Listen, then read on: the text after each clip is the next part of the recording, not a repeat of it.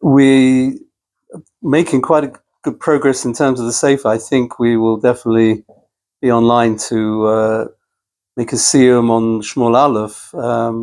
Hopefully even before Rosh Hashanah. I'm not sure, although August is going to be a little bit rough. We'll announce the during August. I'm not sure if we'll be having sessions at all. Maybe the last Tuesday in August, but because just a lot of stuff, weddings and family, and I'm sure everybody knows what I'm talking about. So thank God, we're all seeing people coming to Israel, which is a big blessing.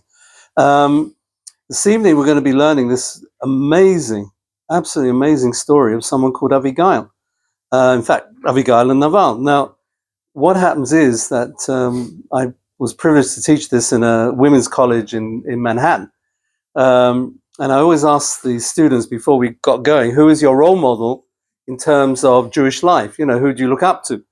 And almost inevitably, everybody said Devorah or Miriam. Nobody said Abigail. I was shocked. And it turns out that people just don't know. Good evening. People do not know the story of Abigail. And not only that, but they've never heard of Abigail. I mean, there's a lot of Abigails running around in terms of a name that people use. But in terms of the story and who she was, it is not well known. And I'll say even more than that, the fact that what she does is so extraordinary, absolutely extraordinary. And if you go into Talmud, you'll see, and we'll dip in a little bit, how incredible this woman was, that there's no question or there's no doubt in our minds that she should end up marrying King David, which is exactly what she does. Once she's married to him, you don't hear from her again. She kind of takes a back seat. But one gets the impression that even under those circumstances, she was quite an influencer, as they say today.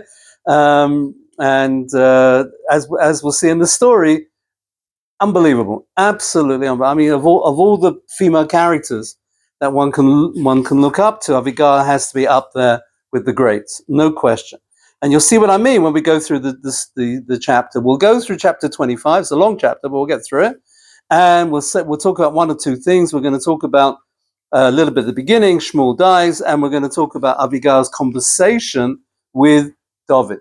Rabbinic Judaism has a wonderful, wonderful imagination. The rabbis of old. And their imagination goes a little bit wild when it comes to the story of Abigail. As you will see. I'm not going to tell you more than that. It's something just, you'll have to, I'll see what your reaction will be when you hear it. Chapter 25, listen to this. It's a fabulous story. Vayamad Shmuel.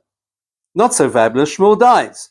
So everybody asks the question. He dies in chapter 25 of Shmuel Aleph, and we've got Shmuel Bet still to go, right? And we've still got another 24 chapters of Shmuel Samuel 2. Plus another 6 chapters of Samuel 1. So if you do the calculation, 25 chapters, Shmuel's alive. 24 plus 6, 30 chapters, Shmuel is gone. So why is it called Sefer Shmuel? Why isn't Shmuel Aleph called Sefer Shaul, let's say, because he's around the whole book? And Sefer Shmuel Bet should be known as Sefer David. And there's no such thing. We know David has the book of Tehillim, but there's no book named Sefer David. Why is it called Sefer Shmuel? And very simply, the Barbana, right at the beginning of Sefer Shmuel, says, there's no question about it, the influence of Shmuel was extraordinary. I've used that word twice already, and it applies.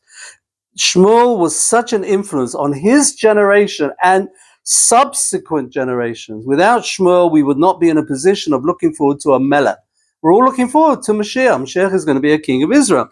And without Shmuel, we have never made that transition from the judges who were literally one-shot deals. They came along, they conquered, and they left. When it comes to the king, we've got a dynastic situation, and that's to do with Shmuel. So we've all benefited from Shmuel, even though it was such a long time ago. His influence is with us, and therefore the whole book, whether it's talking about Shaul or whether it's talking about David, is called Sefer Shmuel. He's the man. And as I might have said this before, my favorite story, when the tour guide took people to see the grave of Shmuel and Avi, they went to a place which is on what we call today Givon, and the guide said, that's where Shmuel is buried. Half an hour later, he goes down the road, and he points to another place, said, that's where Shmuel's buried. So the Olam said, wait a minute, you said he was buried over there, now he's buried over here. So the guide said, yeah, that was Shmuel Aleph. And this is Shmuel Bet. That's the story. I told Mr. Ro'i that story, and he was quite amused. He's a tour guide in Shul. Anyway, so we're still in Shmuel Aleph, but we'll get to Shmuel Bet, please God, very soon. So Shmuel dies, again, beginning of the chapter. They did a hesped for Shmuel, thank God. Because remember, with Yoshua, they didn't, and they remembered how lacking that was. Vayikberuhu bebeto barama. They buried him Ramah. Now the question is, where is Ramah? Shmuel Aleph, Shmuel Bet. Vayokam David vayered lo midbar paran. David, in the meantime, runs away. The rabbis say he went to the Leviah. Now imagine, he's persona non grata. He's wanted. Every police station in those days had a picture of David, wanted rebel of the king, right, or rebel against the king.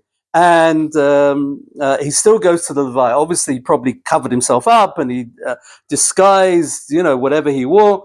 But he could not leave Shmuel, the funeral of Shmuel, without attending. That's an incredible thing, right? It was a very dangerous thing for him to do, but there's no way he could not be there. This is David HaMelech. David HaMelech is a tzaddik, and this was what tzaddikim do. Pasuk Bet. Now here goes into the story of Naval. Listen to this. He's a man lived in a place called Ma'on, and his work or whatever it was in a place called Carmel. Now Carmel today is Haifa. We talk about Hara Carmel, but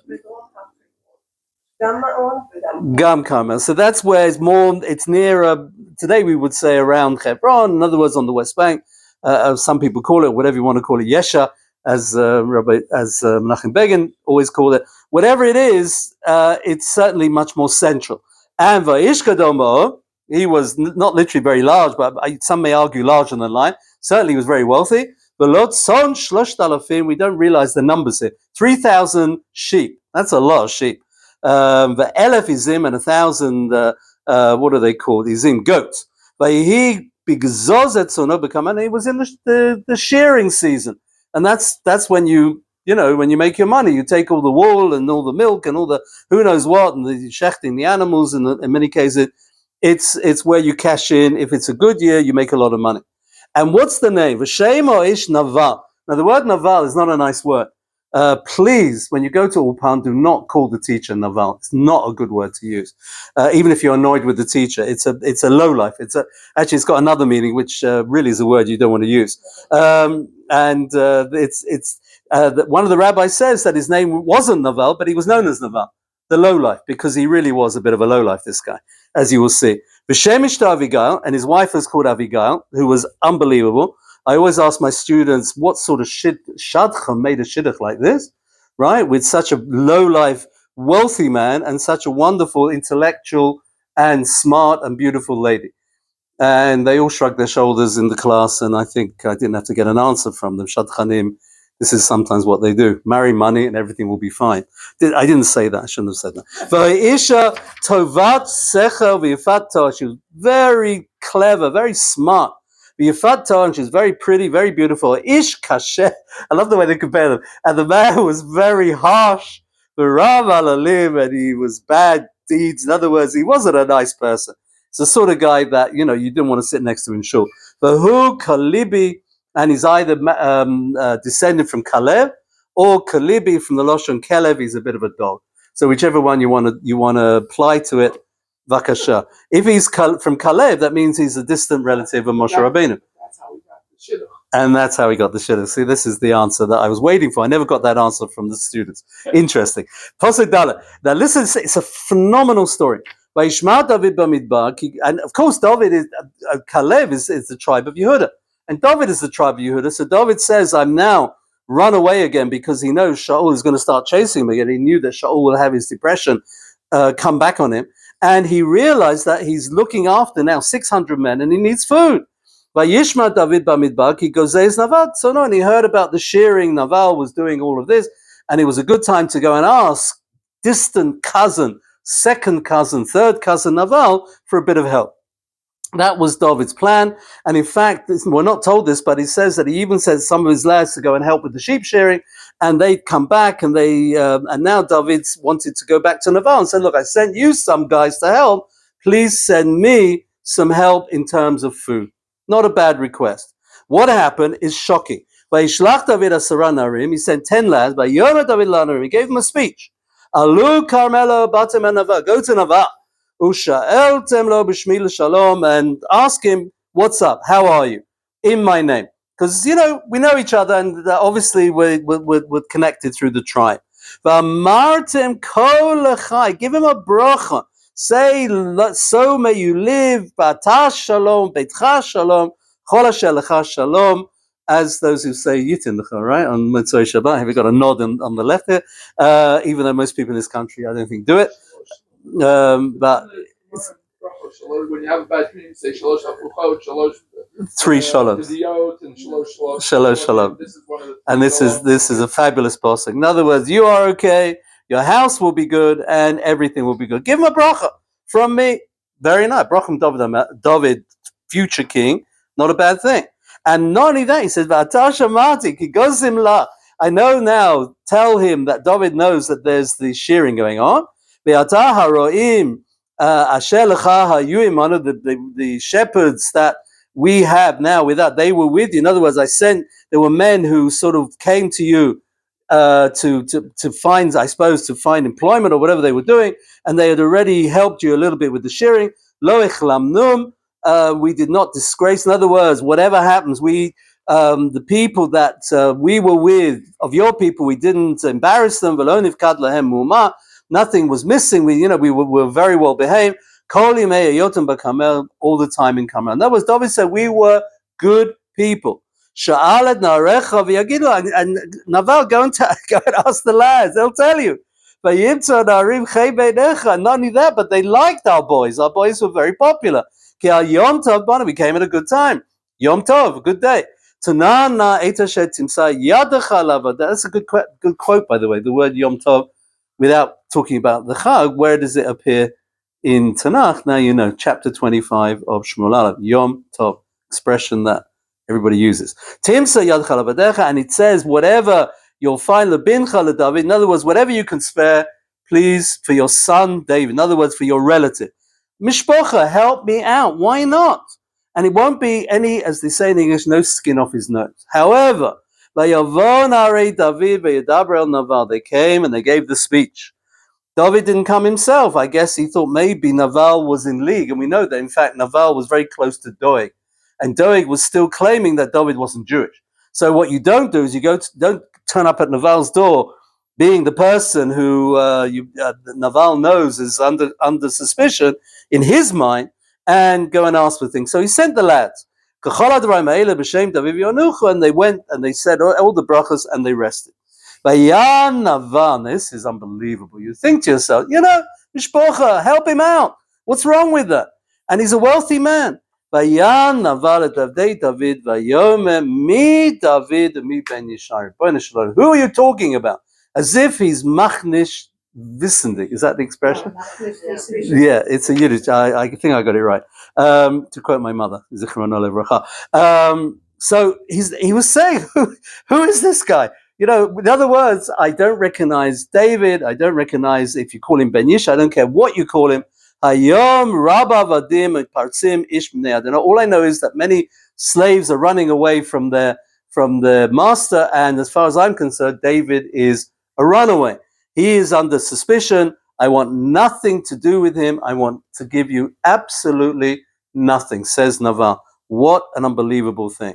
And he says, I'll take my bread and my water, and all the meat that he has, and he says, you want me that I should give it to the men? I don't know who they are. This is a really unpleasant individual. So the lads turned around and went away. What are they going to do? They can't stand and argue with the man. He said no. And they reported back to David all of these words. I'll just tell a little story, a beautiful story from Krakow. There's a grave of one of the great rabbis called the Tosfos Yontav Heller. And he was a very great man, and he's buried on a side of the cemetery away from what they call Chelkas Rabbonim. There's a whole section there where the rabbis are buried, except for this Rabbi Heller on the other side of the cemetery. The grave is still there. You can still see the tombstone. And everybody wondered, why wasn't he buried with all the big rabbis?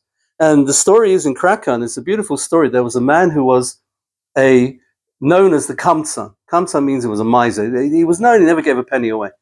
And this went on for years, and everybody eventually gave up on him until he died. He died, and all of a sudden, the people who used to get packages for Shabbat, they stopped coming.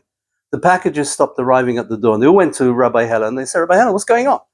We used to get a Shabbos package, nothing's all right. And Rabbi Hella made some inquiries, and he realized that this guy, the Kamsan, wherever his name was in fact doing his own, what we call Tomchei Shabbat. He was supporting everybody for Shabbos packaging. And it stopped. And that people were so angry with him before they realized what a hidden tzaddik he was, they buried him right at the other side of the cemetery in the corner. So Rabbi Hella said, listen, I'm going to pay a cover to him. When I die, bury me next to him on the other side of the cemetery. So when people come to daven at my kever, they'll be davening at his kever as well. It's a beautiful story. And it just highlights this story that's the opposite of Naval. This Kamtan in Krakow is a beautiful story about him, that he didn't want to become known widely. He did it all beseta, as they say, quite quietly on the quiet. But at the same time, he did something which was incredible. Supported literally a whole community with packages for Shabbat, chalot, and all the rest of it.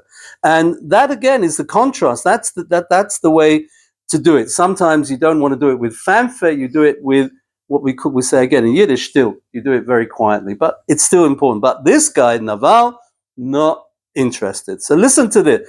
Unbelievable. Pasuk Yud Gimel. They went back and reported to David, and he was not having any of this. Look what he did. Wow. He really got upset, and he said, everybody, gird your swords. Put on your sword. Everybody put on their swords. Even David. This time he was going to go, regardless. They all followed David because he was going to go and tell Naval, you don't listen to me, you don't help me, I've come here with my men, and you deserve to die. So he'll say to me, all right, he didn't give a help to David, he deserves to die. The answer is yeah, because David already considers himself as the candidate for the king. He's already been anointed. And the rule about kings is that you don't rebel against the king. As David was considered a rebel against King Saul, so Naval is now considered a rebel against the future King David. The problem was that the law of rebel, mored, is only when you're actually the king, not when you're the king-elect. So this is where David might have made a mistake, and this is where Avigail comes in. You'll see what happens here. It's truly unbelievable. So listen to this. He goes, he left 200 people behind, make sure that everything stays, and 400 men. This is pretty scary. Now, Yudalet, Avigail Eshet Naval. Thank God the women saved the day. She comes along. One of her lads told her, well, it could be one of David's lads. He went to Avigail, we're not sure. Whoever it was spilled the beans and said that David is coming, Malachim Midbar, Levarechet Adonenu, Vaya'at Bahem. That he sent lads to give a bracha to Naval, and he kicked them out. She was told the whole story, and not only that, these were the men that helped us because they came originally to help with the sheep shearing. They didn't take anything, they were honest as the day is long, and all the rest of it, and now they were treated so poorly. Whenever we were with them, they were wonderful, right? This was not Robin Hood, this was something else. They were like a wall, they protected us. When they were with us as shepherds. The Avigail is given a message, no, and see, in other words, take it to heart. See what you have to do. The guys realize that Naval has made a terrible mistake and his life is in danger, and not only his life but the whole household, because David will consider anyone who helps Naval as being a rebel against David, and he's not going to stand for it. For who ben Belial medaber elav, and of course we know that Naval was this unspeakable. He says here, a base person one cannot speak to him. In other words, we can't tell Naval to make amends because he's not interested. You, Avigail, have got to do something before this situation gets out of hand. Wow, what is she going to do? What is she going to do? She's, nowadays she's a Tsanua lady. She lives in Mea Shearim. She's just been told that her husband behaved so badly. He's got 400 soldiers from the IDF, not even whatever, coming to murder him or to take him to jail, not to murder him, God forbid, but to take him away. And Avigail has got to save the day. What is she going to do? Unbelievable. Listen to this.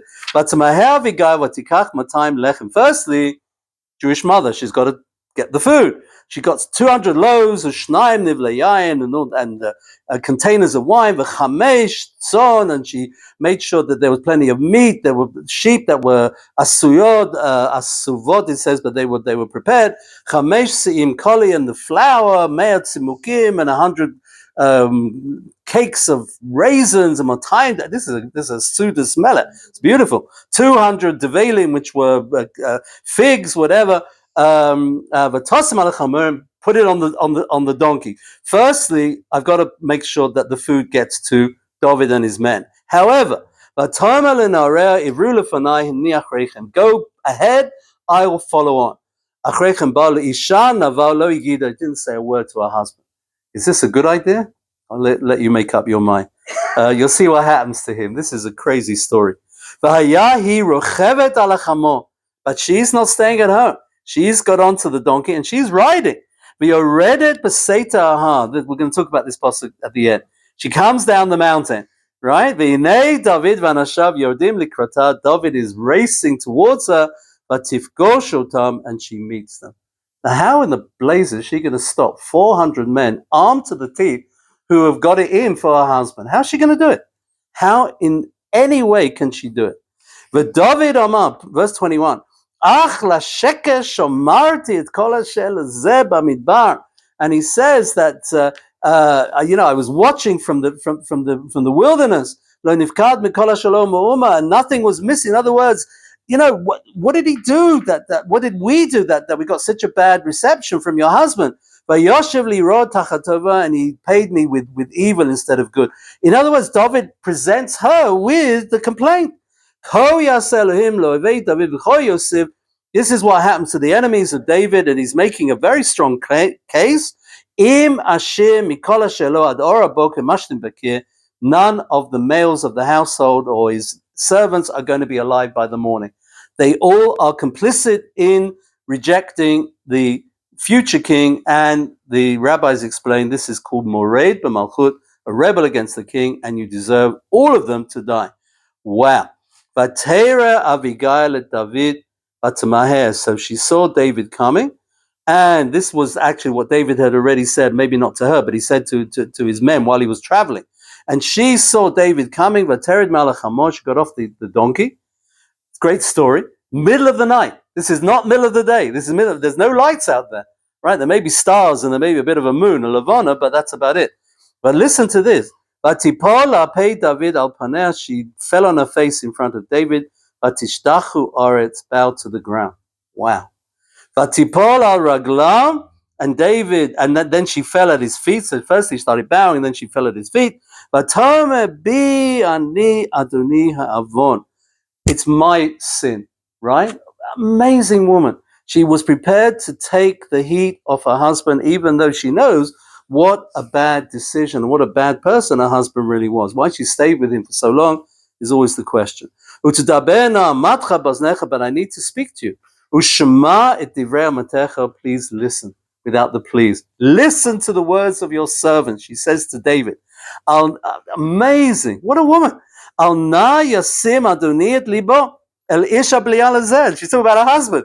My husband is a godless, he's a you can think good words in Yiddish for him, but I can't repeat them. He's a blial.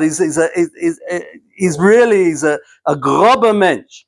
Al Naval, this Naval, ki kishmo. She says ki kishmo keinu. He lives down to his name. His name is Naval. He's a lowlife. His name is lowlife, and he is a lowlife. Naval shemo Navala imo. He behaves like a nevela, like a carcass. He's not. I don't even want to give him the benefit of the doubt. I wasn't at home. If I'd been home and they'd come to me, your lads, I would have given them the food, they would have gone away, none of this bother would have taken place. But look what she said, she is phenomenal. I want to give you a bracha, David, that you're going to avoid bloodshed. and your hand will stay. In other words, you're not going to do what you're planning to do. And now she says, may your enemies be like Naval and Mavakshim el. In other words, may you win your wars in such an easy way, because I'm not going to make excuses for him, but I don't want you to go and kill him. He's the enemy. He's going to have his punishment in due course, as you'll see. Unbelievable story. And please leave him alone. She's talking to King David. All right, I mean, and the eloquence of the conversation that she's having, and the Talmud makes it even more extreme, as you'll see in a minute. So here is my blessing, which I'm bringing to my master. In other words, my blessing is, first, I'm giving you the food, and I'm giving it to the lads. They're taking the food. Again, please forgive me. I know that you're going to build a true house. This is the expression we use at weddings. You fight the wars of God. Why she's mentioning this is very interesting. We'll talk about it in a minute. You've never had evil fight. In other words, you're a good man, David, and you fight the wars of God. But she's saying to him, but you're not yet the king. You may fight the wars of God. You're already well known as the greatest soldier, the greatest war hero in Israel, but you're not yet the king. And this is what she's trying to intimate to him by saying this, that you're judging my husband as a rebel against the king. You're not yet the king.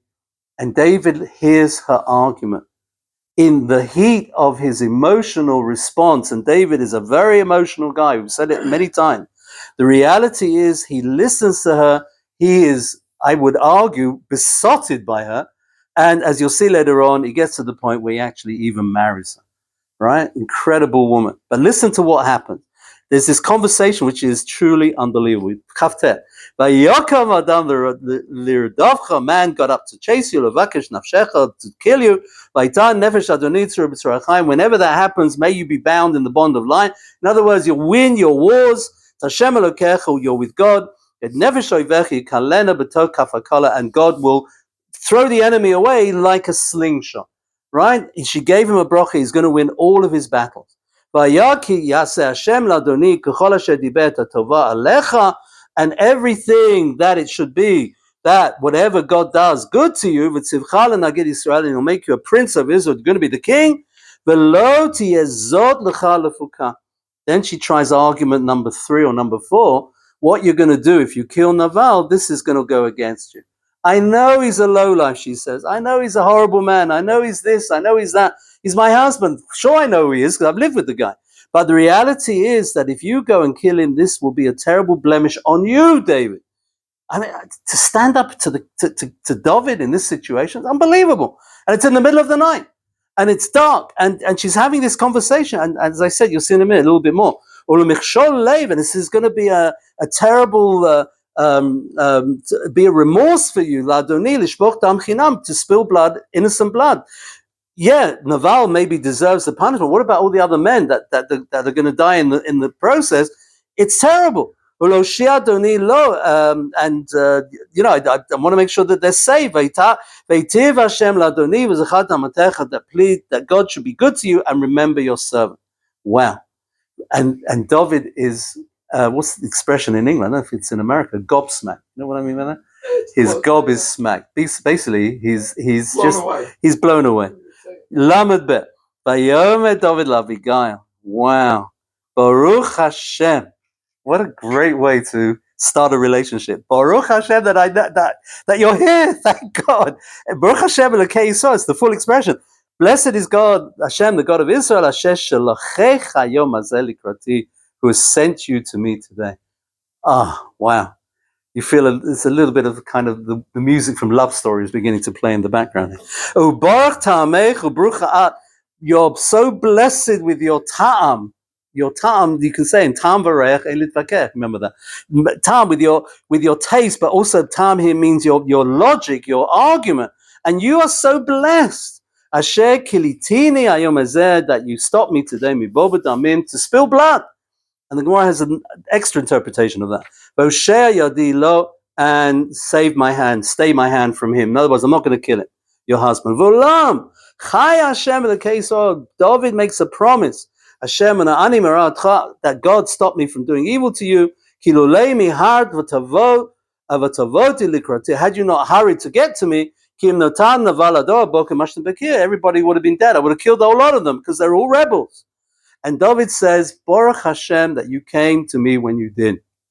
Vayikach David miyada, eit asher heviya lo. David took everything that she brought. V'lo amar ali l'shalom lebeiteh. What a fantastic story. He says to her, go home in peace. Re'i shamati v'kola. I listened. David listened. Right? We've got to remember this, because later on, when we do more analysis of Shaul, one of his big issues, he doesn't listen. He's not a good listener. David is a phenomenal listener. And I've shown you favor. She's got to go home. Now she's got a big problem. What is she going to tell her husband? All right. Now he's had the biggest party of his life going on because it's the harvest. On one hand, there was the funeral of Shmuel, which should have been a sad day. Naval is such an unbelievably bad person. He doesn't care. He's going to party till the early hours of the morning. Right? And this is what he does. And in the middle of this, Abigail's got to come and tell him, by the way, I've just taken about $10,000 worth of produce, or $100,000 shekel worth of produce, and I've given it to David. What you should have done in the first place. You'll see Naval lives down to his name. Listen to the Lamadva. But to Avigail and Naval, she comes to Naval, and she must have been, shaking a little bit.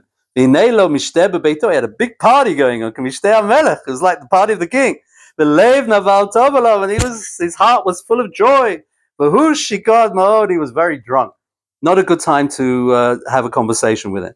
And how smart she was. She waited till the morning. Let him sober up, get him a cup of coffee, few cups of coffee, and then we can have a conversation. How smart. David said, Baruch Hatameh, how smart you are. Listen to this. So she waited till the morning. But Seita Yaim and Naval, after his hangover, right? The wine had gone away, the influence. But and she told him what she'd done. Now, if you were Naval, I suppose this might happen to you as well, God forbid. Vayamat libo b'kirbo. He had such a bad reaction, it says his heart died. He had a stroke. He literally was so shocked that his heart stopped. Unbelievable.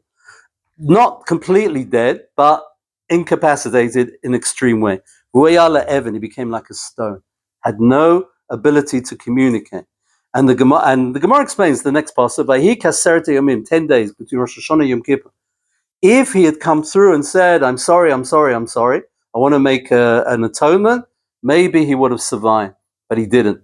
But you go for Hashem at Naval v'yamot, and he died. Wow. David heard. Vayishma David ki meit Naval. Now David was not going to make a mistake of taking this woman from her husband, but he waited till Naval died. Vayomer Baruch Hashem. Again, David is so close to God. Baruch Hashem. Thank God. We say this naturally today, but David, he realized. Remember, this was a chiddush of Boaz, that to use God's name to give a bracha was not so obvious to people, and it became part of the language. And thank God we do it to this day. Baruch Hashem asher rav et riv cherpati miyad Naval. And he heard that Naval was punished, and he realized that God provided the punishment. David did not have to do anything. He saved me from doing evil. Naval, and Naval's evil was repaid upon his head. Basically, he died. And he said to Avigail, I've got an offer you can't refuse. Become my wife. Avigail, Carmel, they came to Carmel. And they gave the message, David shalachanu elecha. They lied. Not Melech David or David Nagid, but just plain old David. David has sent a message, L'kachtech lo lisha, to take you for a wife.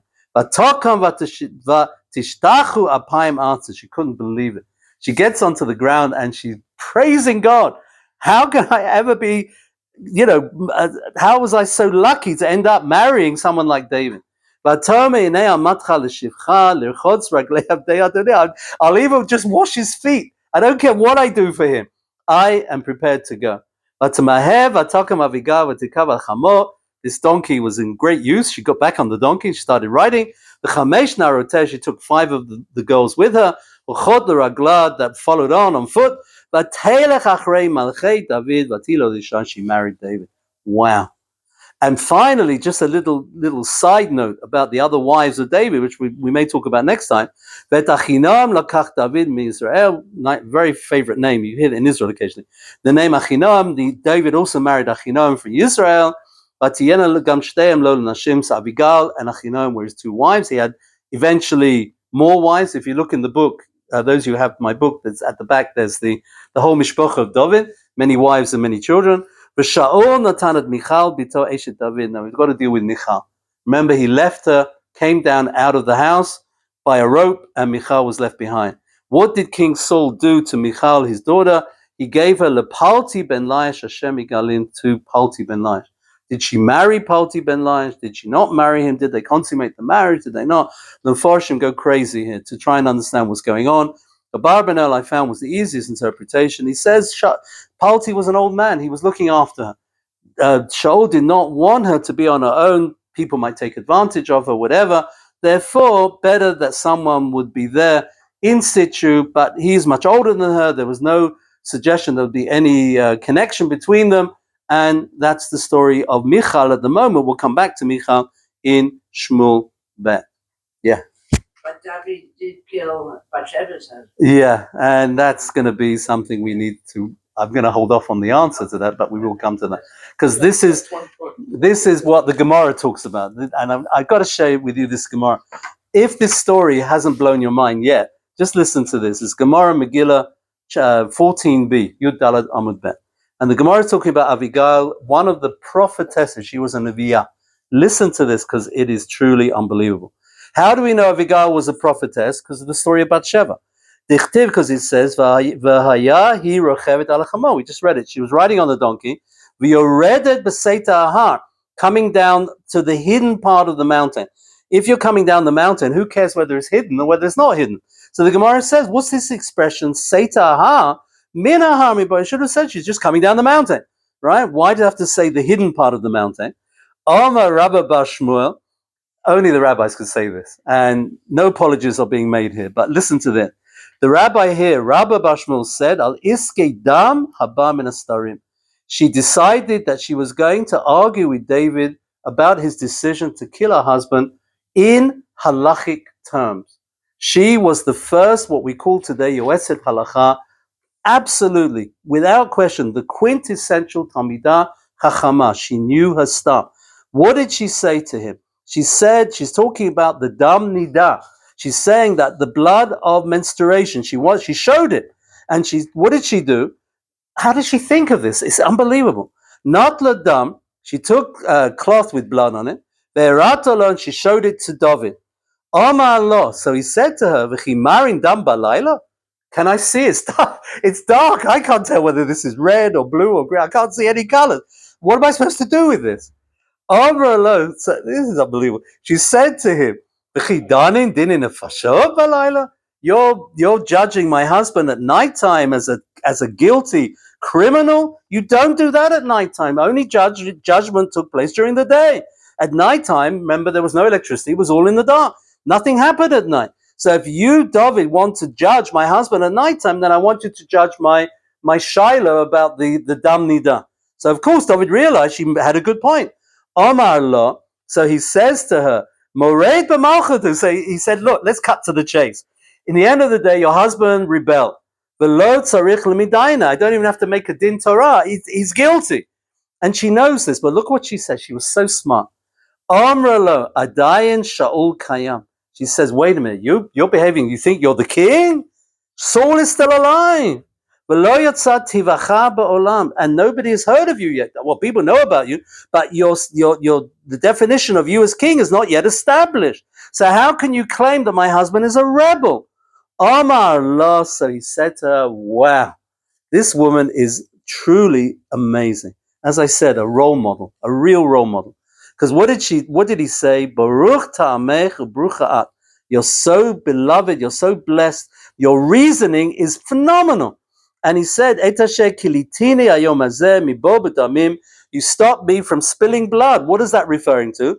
Damim tarte mashma. What is bloods, plural? Elo melamed shegiltet shuka. How did she stop David in his tracks? It says here, she revealed her thigh. Whoa. Tosfos says, how can such a tzaddikus do such a very immodest thing? And Tosfos gives a very difficult answer. To me, there's no surprises here. She said, look, David has got a reputation. He's a bit of a ladies' guy. We know this because with the story about Sheva. So she is going to stop him in his tracks by showing part of her anatomy, which normally would be covered up, and that stops him. This is Talmud. I'm not making this up. This is Talmud. And what happened? So he saw in the distance, so he went towards her. Amar lo hashmili, and he said to her, listen to me. Amar lo, but she then says to him, lo ti'alecha zot lepuka. If you want to take me and you want to have relations with me at this point, this is not going to happen, because this will bring against you a terrible kitrug. This will be something bad. V'zot mechlal de'ika achriti. But it means that there'll be another situation where you won't make the right decision. The Bathsheba story. That's what she knew. She was a prophetess, and she could see in the future that David is going to make a terrible mess of the story with Bathsheba, which Mitzvah Shem will come to. Umay niu, the Gemara said, what was the mess? Masid Bathsheba. Umaskana hochi avoy. What happened in the end? Nefesh Adonai tzura b'tzura chayim. She gave him a blessing that he would be always. God will be on his side. And when they departed from each other, she said to him, she said, remember me. What did the rabbi say? And this is phenomenal. To me, this is 100%. This is emes la'misa, and I'm saying this in front of my better half here, who will definitely agree with this. Amar Rav Nachman, Hainu da'amri inchi. This is what people say.